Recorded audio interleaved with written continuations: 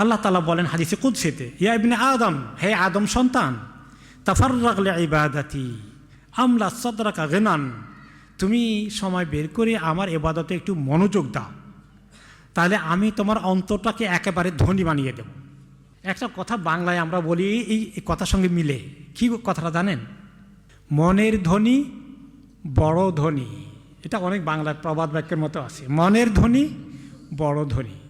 মনের ভিতরে যার হাহাকার আকাঙ্ক্ষা নাই, লোভ নাই, লালসা নাই, অমুকে আমার বাড়ির পাশে এততলা বানিয়েছে, আমি কুড়ি ঘরে আছি, ডাজেন্ট ম্যাটার, আমার তো জান্নাতে ঘর তৈরি হচ্ছে, মাশাআল্লাহ, এরকম চিন্তায় আছে। তার মনের দিক থেকে ধনী না গরিব? সে ধনী। তো আল্লাহ তাআলা বলেন, তুমি মনের ধনী হয়ে যাও যদি আমার ইবাদত করে, আমার সঙ্গে সম্পর্ক রেখে, তাহলে আসুদ্দা ফাকরাকা, তাহলে তোমার অভাব অনটন, দারিদ্রতা, তোমার পেলাম না হাহুতাস, এগুলো সব আমি দূর করে দেব।